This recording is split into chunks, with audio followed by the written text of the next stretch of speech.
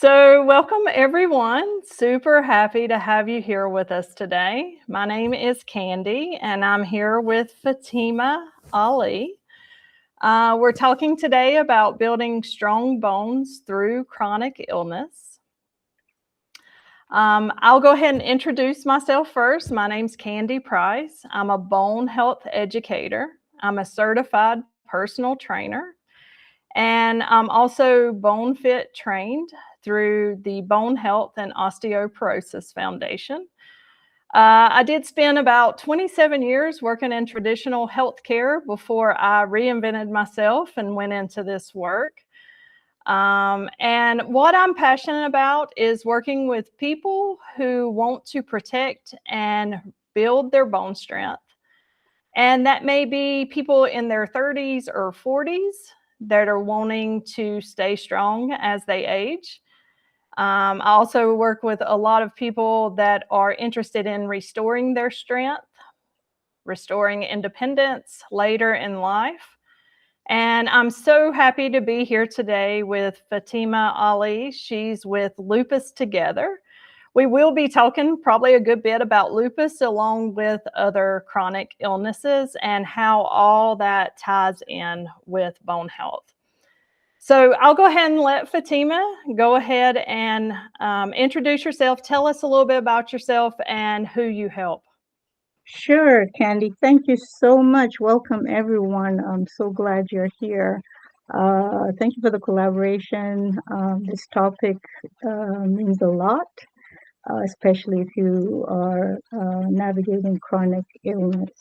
I am Fatima, founder of Lupus in Community, and I know you said Lupus together, and sometimes you can see that pop up too, which is confusing. I started off with Lupus Together, but changed the name to Lupus in Community. So my background is health education, community health education in public health. I have been in academia for some years, then transitioned to corporate wellness for 9 years, coaching, and did a bit of research. Now I'm doing some consulting work on the side and on Substack. I create spaces for people with lupus and chronic illness. I create resources for them to help them feel informed, seen, and less alone navigating their health condition. So I'm glad to be here. Also available, or rather, Lupus in Community podcast is available on RSS. And I guess when we end, we'll share about where you can find us. So I'll go into that at the end. Okay, wonderful. I apologize for mistaking your name. That's okay. That's okay. All That's right. okay. Thank you for correcting that. So I'm so happy to be here. This is my first live hosting myself.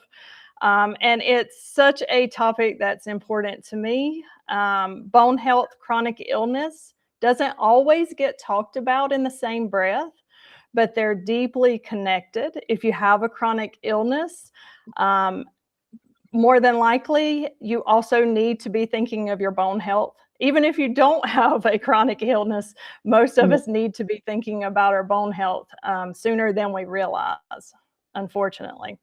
So today we're going to just connect those two topics. And here's a little idea of where we're headed today. First, we're going to talk about chronic illness related to medications, vitamin D, sunlight, how that affects your bone health. And then we'll move on to talking a little bit about fatigue and rest and stress management. And then finally, we'll move into movement, strength, balance, all those things that you can do with your lifestyle choices to improve things, get stronger, all the things. And then we'll leave some room at the end for questions. If you'd like to ask some questions in the chat, you're more than welcome to do that too. And we'll try to catch as many as we can here at the end. So first off, I've got a few stats just to cover to get us started. So first, in the United States, more than 3 in 4 U.S. adults, so that's about 76% of us, live with at least one chronic condition, and over half have 2 or more chronic conditions. And this number has been climbing for decades. Among adults 65 and older, it's 9 in 10 have a chronic illness. And so then when we move on to globally, the World Health Organization projected that by 2025, nearly 3/4 of the world's population will be living with at least one chronic illness. So wherever you're watching us today, this is not just an American conversation. Chronic illness is a global reality, and that bone health part is involved with it. Yes. So first off, we'll talk a little bit, I'll talk a little bit about primary versus secondary prevention. So primary prevention is building and protecting your bones before you ever have a problem. So that's like movement, nutrition, lifestyle, just your natural way of living in your healthy body, and how all those years can affect your bone health and the choices you make. And then secondary prevention is for those that are already managing bone loss or a diagnosis. With the example of lupus, this is where it really ties in, or another chronic illness. You have things that you can't do, that you need to be careful with doing, that you've got to work with, but it doesn't mean that you avoid movement, avoid fitness. You just have to work with it to keep the bones, joints safe while you're still building strength. So oftentimes I may refer back to that, the primary prevention versus the secondary. Just wanted everybody to kind of know what I was referencing there. So Fatimah, if you'd like to get us started, maybe talk a little bit about how medicines affect bone health, vitamin D, sunlight, all those things. I know that's your lane. Thank you. Yeah, thank you for that introduction. Well, bone health conversation is pertinent to managing chronic illness, chronic conditions, a lot of them, and some of the treatments can affect bone strength. It can affect fracture risk as well.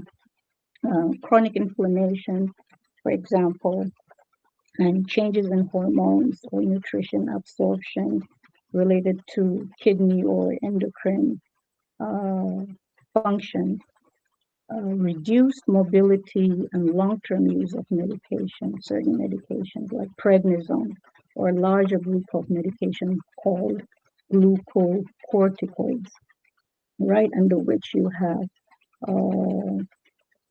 steroids, right, prednisone, for example. Now, for lupus especially, that can be an important conversation, because lupus itself, the inflammatory process, and just like other chronic conditions as well, that inflammation itself, that prolonged inflammation, has consequences. It does contribute to loss of bone strength or bone mass. Lupus, but also rheumatoid arthritis and IBS. So we talk about steroid use. Let me see. Before I get into that, I'm saying that the multifactorial aspect of lupus makes it a concern for bone health. So I mentioned all of that, but vitamin D also, the low levels of vitamin D in most chronic illnesses. Actually, research has shown a link between reduced levels of vitamin D and chronic illnesses, like cardiovascular disease is one, even COVID and the like. Osteoporosis, low bone mass, and fragility fracture are more frequently found in systemic lupus. So you may hear me say lupus or systemic lupus. Systemic, it's because lupus affects various parts of the body, the organs, the systems. And so that's why it's called systemic lupus. So moving into medication, steroids like prednisone affects bone density. The long-term use is a concern, and in fact, let me see, I think 3 to 6 months use of prednisone puts you at risk uh, of fracture. And so with that, there is guidance to uh, from the American College of Rheumatology on Right. the assessment of fractures that's necessary for any patient on prednisone for that long. So you And have, that's a common medicine, correct? yeah, it's a Yes. common medicine for lupus, but across the board too for many autoimmune and chronic illnesses because I mean it's beneficial for reducing inflammation. So it does good, wonderful stuff, but the Right. duration is, as low as 2.5 milligrams of prednisone a day has been studied to put you at risk. But so you have the duration, but also the dosage. So if you have high dose and short duration, is not as bad as low dose and long duration. So you know that with chronic illness, it's chronic because it's ongoing, right? And so you need Right. something for that inflammation, ongoing medication. So we have that. And when we move And then into, do you your want me to? topic with yeah, the vitamin D was very interesting too, that it's related to a lot of chronic illness. It is, Yes. it is, That it is yeah. related.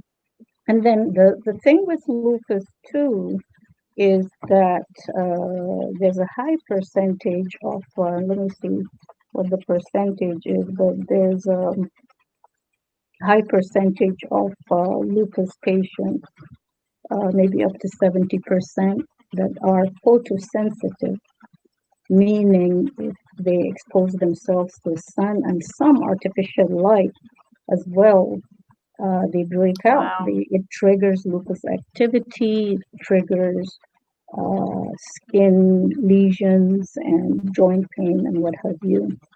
So, So it makes rightly it even so, more of a challenge to get the right. vitamin D.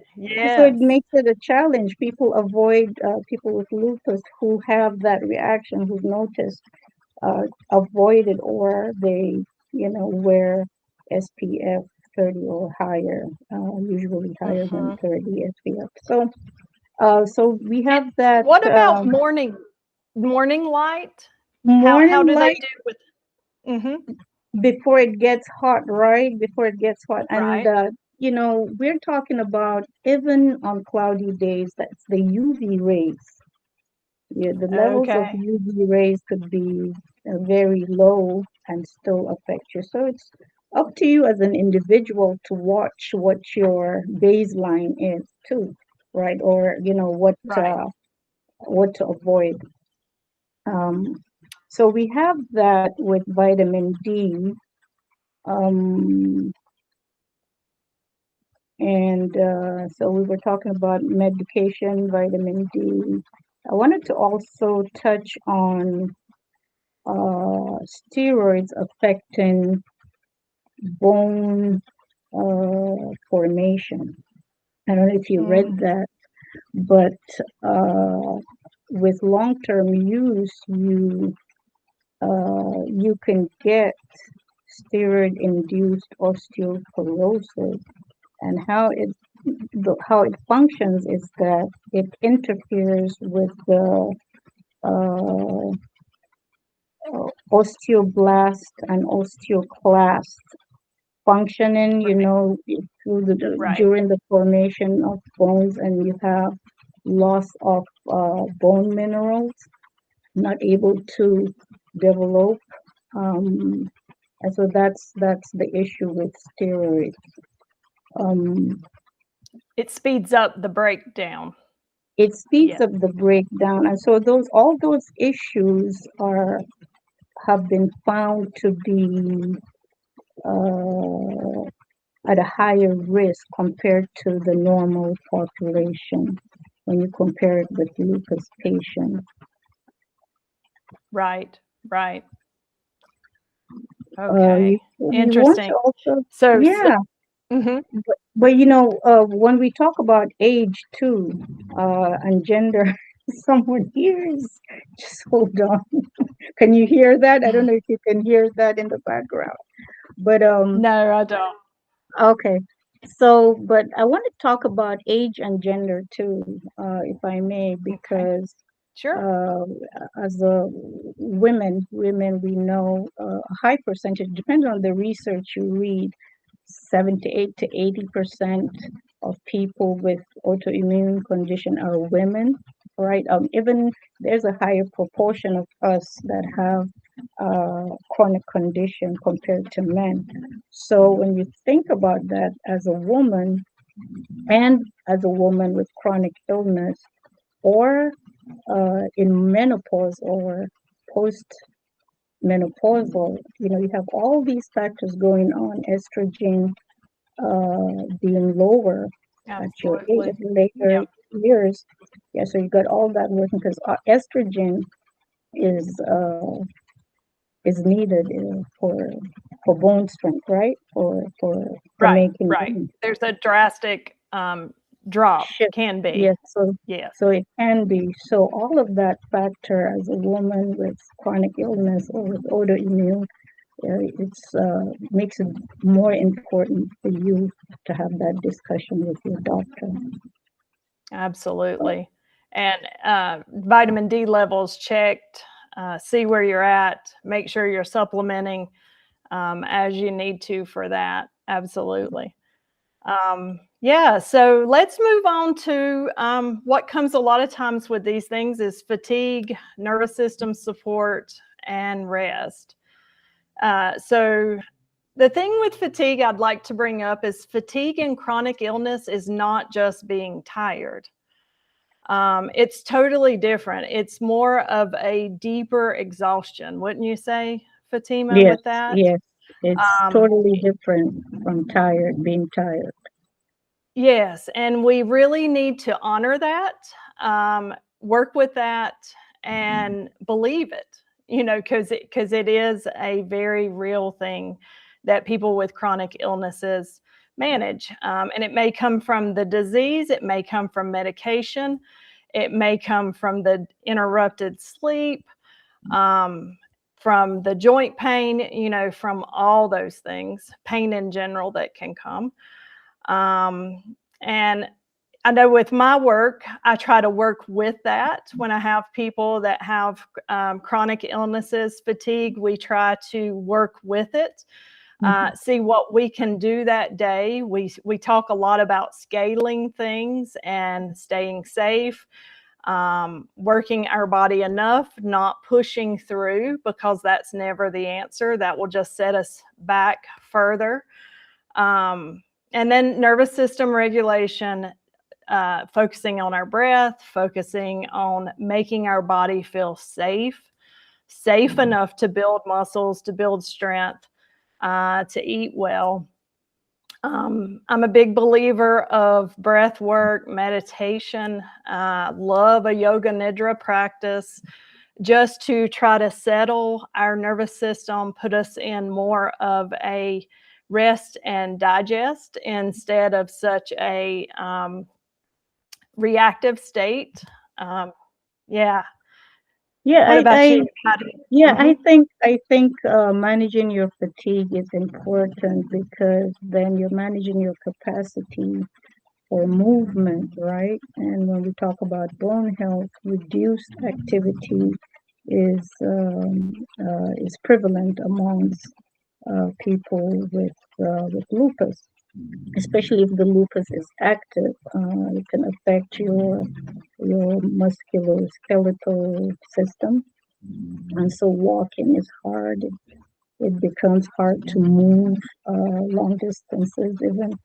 And so I would say, to your point of scaling back, we have these color codes in the autoimmune world, in the lupus Right. circle. On your green days, that is when you have more capacity to do. You can maybe take short walks, right?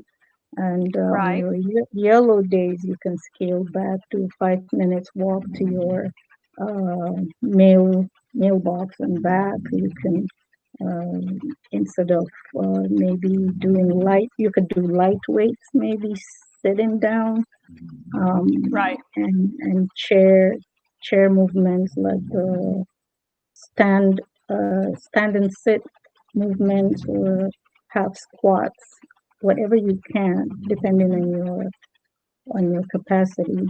But then on your red days, when you can't do much but rest, then so Right. be it. Rest would be your activity. But even during rest, right? You talked about yoga nidra, Mm-hmm. and Mm-hmm. during that, and in fact, I have also had live where we demonstrated chair yoga and the Oh, concept nice. of yes, and the concept of exercise by imagination without moving your body. And yoga nidra actually reminded me Mm-hmm. of that.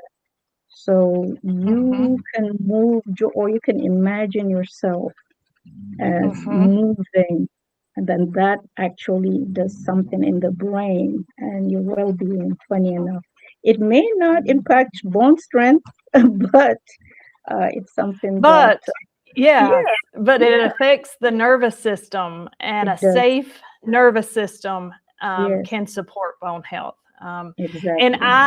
I have a feeling there's a way bigger connection to that if we research that. I do believe in the strong nervous system piece because I've seen it in my work.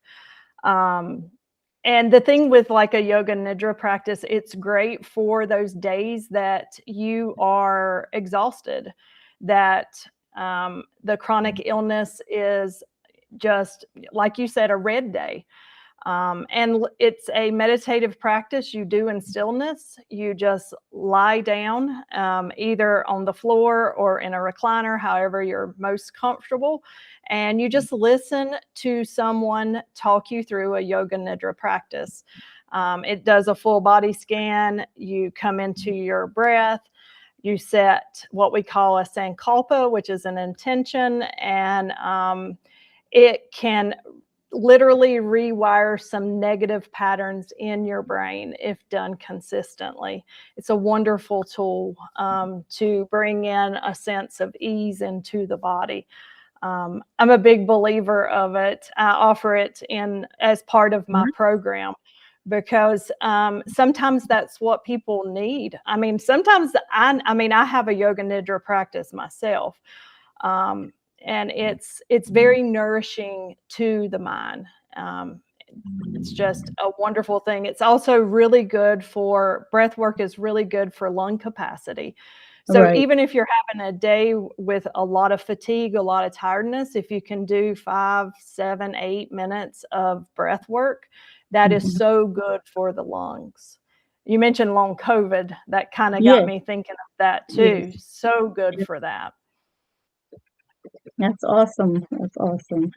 And So even on the tired days, there's definitely something you can do to support your body, support your bones, and it doesn't have to involve lifting dumbbells. There's always, something you can do as self support to yourself. right, right.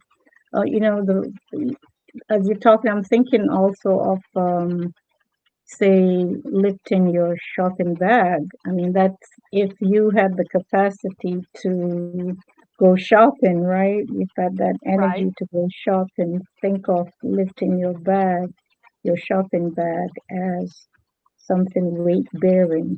Right. That's good for your bones. So Right. Yeah, absolutely. Yeah, it doesn't have to come fitness doesn't always come in the form of, an exercise class. It's a walk in the park, it's a walk down your road. Sometimes it's just a walk to your mailbox. exactly. It's movement for real life. That's why I call, my publication Strong Bones for Real Life, because that's the goal. And since we've been talking a little bit about this, let's just move on into movement. We've got 15 people with us, so I want to be sure to leave some Nice. time for some questions. I Yeah, know, yeah. I'm so Hi, excited about that. Thank you all for Natasha, being here. Wednesday. Thank you all for being here. Okay, Yeah, so you were talking about movement, and so like we said, movement doesn't have to be in a gym or classes you take. It could be at home, right? And what comes to mind, absolutely. like yeah, Yeah. like what I shared earlier, the chair, sit to stand, even wall push-ups, resistant Uh-huh. band, rows you could do with a resistant band. And Right. yeah, I think that's important to mention because there are proof, there's studies that show uh, exercise improving functional aerobic capacity and quality of life for people with, and I mentioned SLE, lupus, particularly because that's what I was focusing on. But I'm sure it does good to everybody. It benefits Yes. everybody. Absolutely. It's funny you're making me remember, I did an article recently on the 30 things that strength training can help. And I went through all the different parts of the body, like the physical body, the mental, emotional, intellectual, spiritual, sexual, all the parts. And it was such a fun article to write because I was kind of digging in and researching. And it literally, after that I wrote that, I'm like, strength training is the fountain of youth. Like it truly can improve almost every aspect of your being.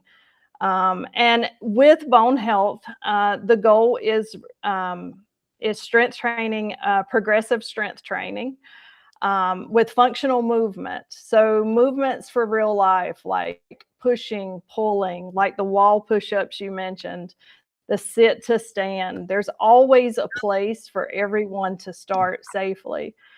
Right. The whole thing is just a start. Um, and for most people, 30 minutes of a strength training workout, starting 1 day a week, maybe going up to 2 to 3, possibly 4 days a week is good. But I like to tell people not to rush it. You've got your whole life to do this, you've got plenty of time.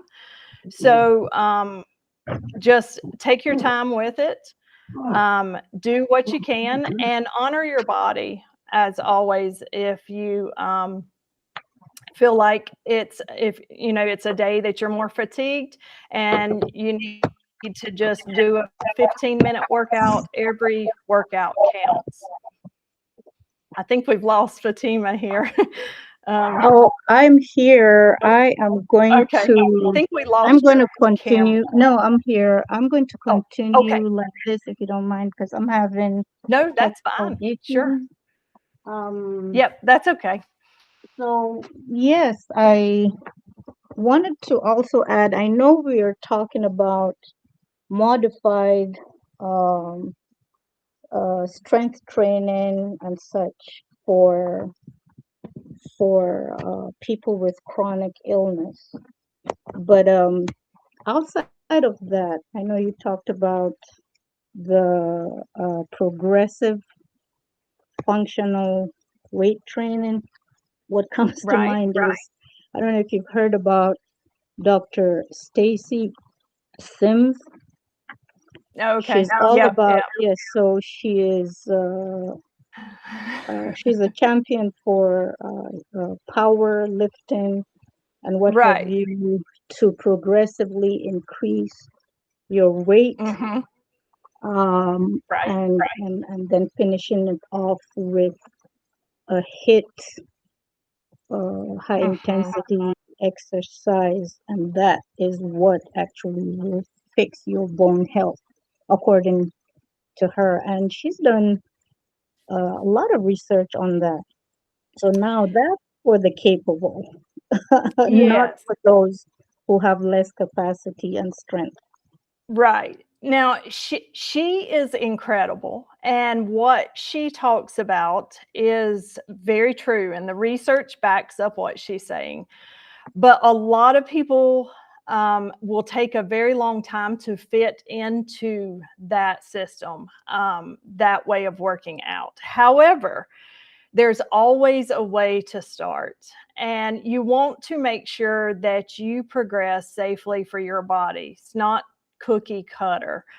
Um, so, if you have joint issues, arthritis, any of those kind of things, it can make impact training challenging, sometimes not safe. That's what we call that, more of a hit workout where you jump. Yes, Yeah, and that is a wonderful stimulus for the bones. It is, but it's not a safe stimulus for all people. Like, you just can't put everybody in that category. I agree. Exactly. Right. However, I start all my programs with some marching. Most people can safely march safely.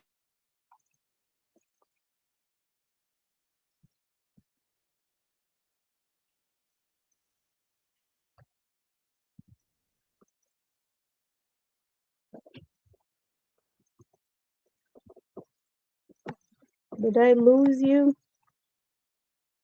Oh no.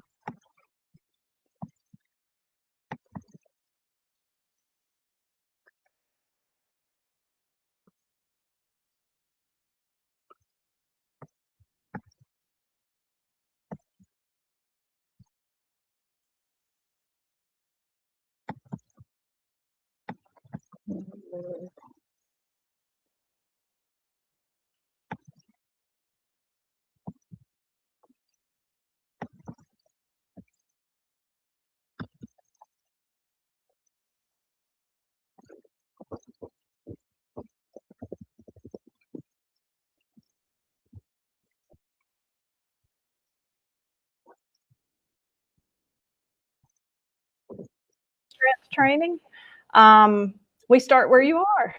Uh, and we So we gradually increase. Just like the impact training, a lot of people will not be lifting really heavy weights, only 6 reps, and that's okay. Time under tension is what is important. So if you can lift a 10-pound, couple set of dumbbells for 12 reps, you're doing a lot of good if the yeah, last two challenge you. right. And Candy, by the way, we lost you for a hot second. I don't know if you Oh, knew that, okay. or maybe it was on my end, but yes, I think Technology. I know. I didn't make a fuss because I wanted everybody to Okay, stay good, calm. But good. yeah, those are good guidelines, and I think the most important, if you have any condition, and not even if you don't have any condition, I think, especially if you want to start, it's something you haven't been doing. I think it's good to get advice, read about it, get advice. There are trainers. I know when I Absolutely. started strength training seriously, I went to the gym because there were trainers there. I wanted to know what I was doing, get my forms right and what have you. Right. So that was and then Yes, once I have absolutely. that knowledge, yeah, once I have that knowledge, I could do it by myself, and even at home, I have some weights that I use. Now, I wanted to ask you too. When do you get your first DEXA, DEXA, is it DEXA DEXA scan? scan. Yeah, Mm-hmm. DXA. When do you get it? Because, in a conversation with my rheumatologist, we were talking about DEXA scans and when to get it. Of course, for me, I've been getting it because of my use of prednisone, my long use of prednisone. And so she said, Right. usually it's your PCP, your primary care practitioner, that puts in that scan once you reach the age of 50. Once you Okay. reach the age So of I had this 50, is that, happen yeah, recently. Yeah. I had this happen to me recently. I went for my routine doctor visit at the age of 50. It's a year or so ago. And I asked about it, and they said 65. And honestly, I was shocked. I thought it was much earlier. That is the recommendation. However, I did push it, and I asked about it. And good. I went ahead and had a baseline done at 50 because I didn't feel good about, I mean, it goes against everything I know about bone health to wait till 65. Yes, Like you've already lost that's too at least late. 15 years post menopause. Yes, Yes, especially as a woman. So yes, and my insurance did cover it. I think it's well, I don't want to speak on insurance because you just yeah, never know. yeah, you never know. But I was, I don't know if she coded it in a way for some past history of like my mother has breast cancer, so I don't know if that helped or I'm not sure if I just got lucky, but it did cover it, and my numbers were good. Awesome. But yeah, I wanted the baseline. I wanted to know where I was, Yes, and honestly, even 50 seems old to me for a baseline with a test like that. But I guess I'm okay with it. Yeah. yeah, yeah. But Medicare So guidelines is 65 years old 65. in Okay, in the okay. United States. All right. Oh my goodness, that's really late. But It another is. prevention we probably can touch on also is nutrition. We can lightly touch on that. I know both you and I are not nutritionists, but uh, when you talk about foods for bone health, you think of foods rich in calcium and vitamin D, although, vitamin D is Mhm. really the best is getting from the sun, right? But also fatty fish, right? Like salmon, herring, Mhm. and Magnesium. mackerel. Magnesium also is another. Magnesium's a big one. Vitamin K, leafy greens, eat the Yeah, rainbow. That was the my big rainbow. thing last Yeah, month. Fiber. Gosh, we're so deficient in this country of fiber. Um, so many people, the whole low carb thing. I won't get into that, but yeah. please get your fiber. I get 25 to 30 grams of fiber every day, and it takes a lot of work to do that. Yes, it Um, does. yeah, it does. I'm not underestimating it. I also try to eat about 100 grams of protein, and that's hard too. But Yeah, I have figured out exactly what to eat on repeat to do it. right. But yes, I think protein's a big missing piece, but I also think fiber and magnesium is important too. So fiber is good Vitamin, for the bone. yes, the magnesium helps carry. I say magnesium is like the foreman. It helps direct the calcium where it needs to go for the bones. So No, it's but what like the about foreman on the fiber? job site. How does the fiber Oh, work? so the fiber is supporting your gut health, your microbiome. So you can absorb all the vitamins, all the calcium, Okay, all the things that okay. you're putting in your body. Yes, Yeah, I if you can don't see have that. a healthy gut, it's hard for that to make good use of what you're giving yourself. Right. That's awesome. Well, getting a lot of beans, lentils, edamame, or how do you Mhm. pronounce it, and tofu. I think you could get Right. creative, right? And to get your fibers, your nuts also have high Nuts are really fiber, nuts good. and seeds. Mhm. I think Yeah, pumpkin the seeds are loaded with magnesium. magnesium, Um, yes, I I roast them up at the first of the week and throw them in my salads and my yogurt. Greek mm-hmm, yogurt's another great way to get in some calcium. right, And start your morning off with 30 grams of protein. It will rev your metabolism. It will set you up for the day. You won't have that 11 o'clock slump where you're tired and reaching for some sugar. right, right. I always tell people start your day with 30 grams of fiber or of Or protein, protein, sorry. And if you mm-hmm, can add some fiber in it, even better. even Yeah. better. And it's not that hard to do if you like Greek yogurt. Mm-hmm, Like I do a Greek yogurt, I do some chia seeds, some hemp mm-hmm, seeds. I do some raspberries that are really high in fiber, about 6 grams of fiber for a serving of raspberries, right. blackberries, banana, and there you go. You've got a good breakfast there. Yeah, yeah. Maybe throw a few nuts on top. In on top, yeah. That's awesome. That's awesome. Um, The yeah, other thing I wanted to mention real quick is the other thing that's real important for bone health is fall prevention. Um, as you strength train, as you add the impact training, be sure you're practicing every day a little bit of balance work. And when I say a little bit, 5-10 minutes. mm-hmm, Maybe standing on one leg, maybe a dynamic balance. In my program, I have a balance challenge every month. We have a new okay, one, and it works different ways. So we'll work static balance, we'll work dynamic balance, we'll move like balance and motion. right, Yeah, but you want to practice that balance every single day, just a few minutes a day, because you will lose it quicker than you realize. Something we build slowly. right, right. Yeah, so there are three aspects to bone health, right? The strength, balance, and Mhm. we touched on what's the third one? The impact training. The impact Uh, training. Okay, Impact training.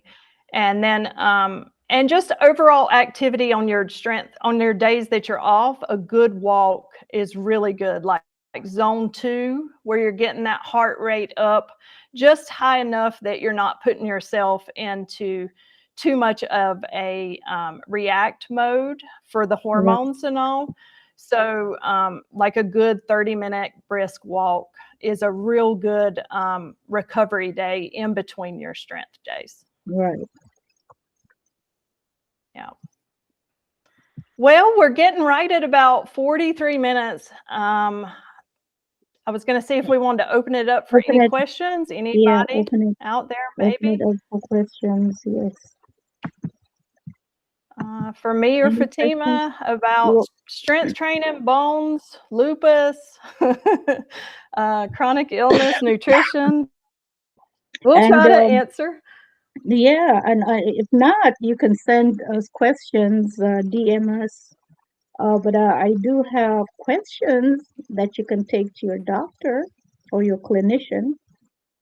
Like, Oh, for wonderful. example, yeah, you could ask your doctor, does my lupus or my health condition and the prednisone history and all that changes affect my fracture risk? And then another question you could ask is, should I have a DXA scan, or a fracture risk assessment? I guess that fracture risk assessment has some questions that they ask you. And other questions you can ask is, have we checked my vitamin D level? And what type of strength or balance work is safe for me?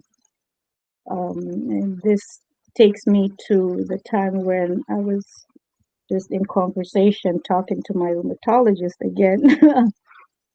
telling her that I went biking. You know, I ride my bicycle often. I used to. And she said, no, no, Mhm. no, that puts me at high risk of falling. And, you don't want to do that. So, and I didn't know, but that was good information to know. So I stopped biking. Um, Right. yeah, I stopped that. But I miss it. I miss it a lot. But we have a question, I think. Oh, wonderful. Sal, yes. She says, as you know, I recently broke both my wrists. Oh. Once I can start lifting more than 1 kilogram, any suggested starting strength training? Yes. So, what I would recommend for you, Sal, is to start with your lower body. Sit to stands, moving into Hmm. some squats, um, some hip hinges. And yeah, that's where I would start, especially as you're healing and getting everything healed up from those wrists. You definitely want to get clearance from the doctor before you start upper body work and holding dumbbells.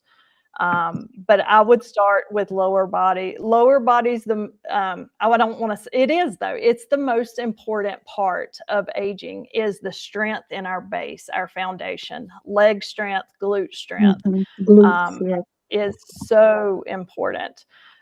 So yeah, that's where I would start. And then as you get clearance with the doctor, I would start very carefully with my upper body. Treat it like a marathon. Take your time with it. Right. I hope you heal fast. Thank you for your question. Yes, that's got to be a challenge. I can't imagine both wrists. I can, yes. Someone I know too just recently fractured the wrist when opening a bottle at work, opening a bottle and Oh, fractured. And yes. yeah, this person is also on steroids, has lupus. And it was amazing. Just opening a bottle Wow, and that's breaking a something. wrist. All right, we got Hmm. another question here from Denise. Hello, Denise. What questions can you ask a PCP to have them consider autoimmune diseases for chronic health complaints? Ooh, anything on that one, So, Fatima? um, are you saying like to consider autoimmune diseases for chronic health complaints? Can You're you talking like a new clarify? diagnosis? Are you saying what questions can you ask to get a diagnosis? Is that what you're saying, Denise? If that's the case, there's a whole lot of tests that you can ask for, Denise. You have usually for diagnosing lupus, especially, there is the ANA test. Um, can't remember what is anti-nuclear, anti-something. I can't remember the full name, but the ANA test, you can ask for that. And other tests exist too, but you just have to probably walk them through your symptoms, right?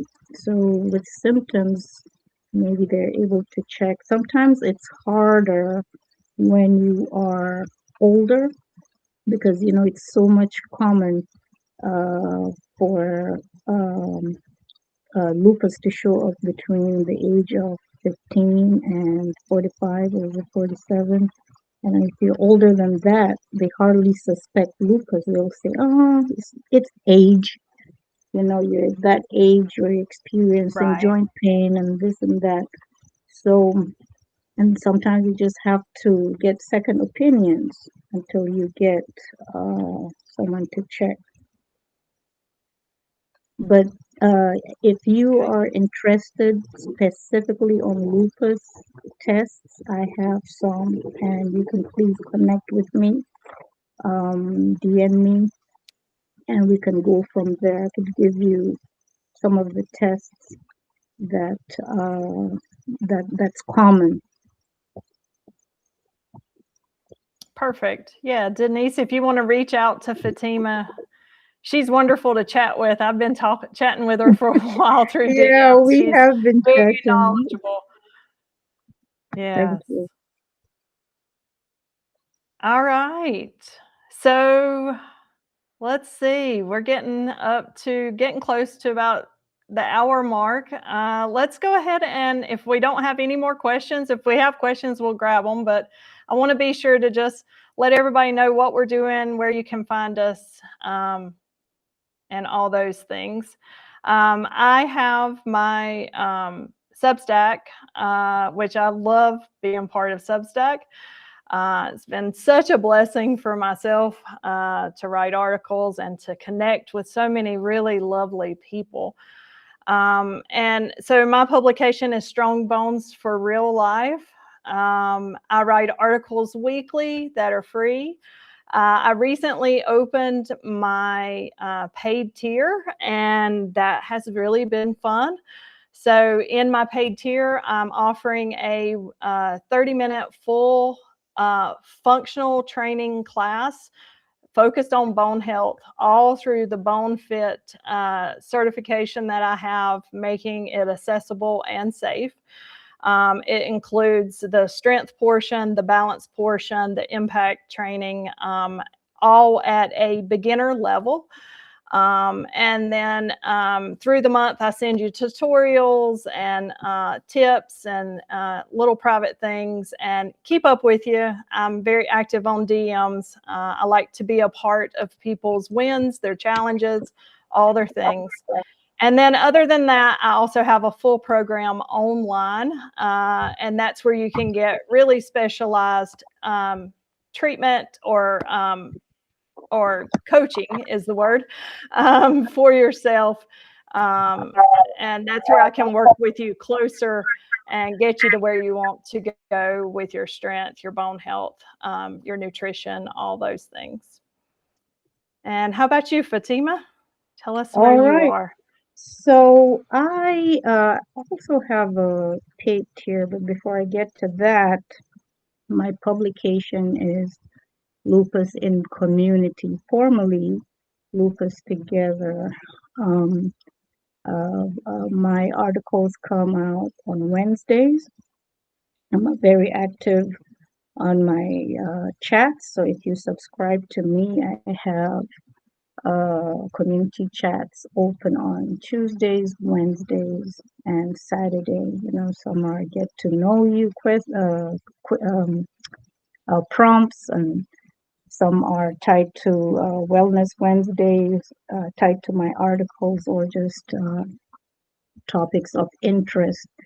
Now, my first tier that I call Seen is the first is the free tier, right? So your free subscription comes with the newsletter and the chat, access to chat. Then the second tier, the annual, you get my deep dive articles and live chats to get you started on your journey in managing your health. My third tier has more. You get all of that, but I do have resources too that I have created to help you in your journey to better health. So I have digital products. There's talking scripts. So Denise, you talked about questions you may ask. I have those scripts like templates ready for you to use and plug in yours with examples. I also have your chronic illness kit and wellness kit and your tracker to know your baseline, so that when things shift, you know, yeah, okay, I am now having triggers. I mean, when I say triggers, I'm talking about symptoms, flare ups, right? So I have Right. all these really a lot of digital products that you can make use of and improve your health. Uh, It so it's sounds about like really good resources. Yes. thank you so much. Yes. And so what I want to say also is um, it's not easy doing it alone, right? So if No. you're looking for continuous lupus informed education, practical tools, and community, uh, I invite you to connect with me through Lupus in Community, and I would love to support you. You can find me also on Instagram. Facebook is a whole other thing that I just started because I lost my first Facebook and created one, which was a good thing because I decided now to just create one just on lupus, right? Because the other Right. one was just personal stuff. So, which is focused. So you can, if you are on Facebook, you can see me there, lupus in community, but mainly Instagram. I do have my podcast. So I've turned my live to podcasts. I would clean it up and then put it on the audio on RSS, which goes to I Spot. didn't know you Yeah, were doing that. yeah. Wonderful. Thank Oh, you, thank you. good. So yes, there's that, and then my YouTube. YouTube is there. So everything is really like a startup for me, right? I don't have a large following yet, but I'm enjoying my journey, enjoying growing up together with my followers and subscribers. But I really want to thank everybody for coming here and want to say that if you take one thing from today, let it be this, that you do not have to wait for a fracture to ask about your bones. Absolutely. And for those, Absolutely. yeah, and for Yes. those of us living with lupus, health management is often invisible, right? Sometimes the next best step is asking a question at your appointment, and sometimes it's just 5 minutes of movement, and sometimes it's just rest, right? And Right. Right. Yes. there's no Yeah. one template for everybody. You just have Mm-mm. to Be give your your number best. one advocate. Right. Yes. Be your So number one advocate. Yeah. thank you so much for this collaboration, Candy. Yes, thank you. I really enjoyed it. Thank you for the 15 people that came to my first live. I'm so excited for that. I So appreciate awesome. you guys so much. I hope this was helpful. Definitely won't be my last. I love doing this. I love talking about bone health and getting people healthier and stronger and more empowered in their life. Uh, yeah, that's what it's all about. So, hope everybody has a wonderful night. Be sure to follow us on Substack. We love getting the word out on these topics that aren't always talked about. Thank you so much. And thank you for your Thank you. precious time. Bye. Bye bye.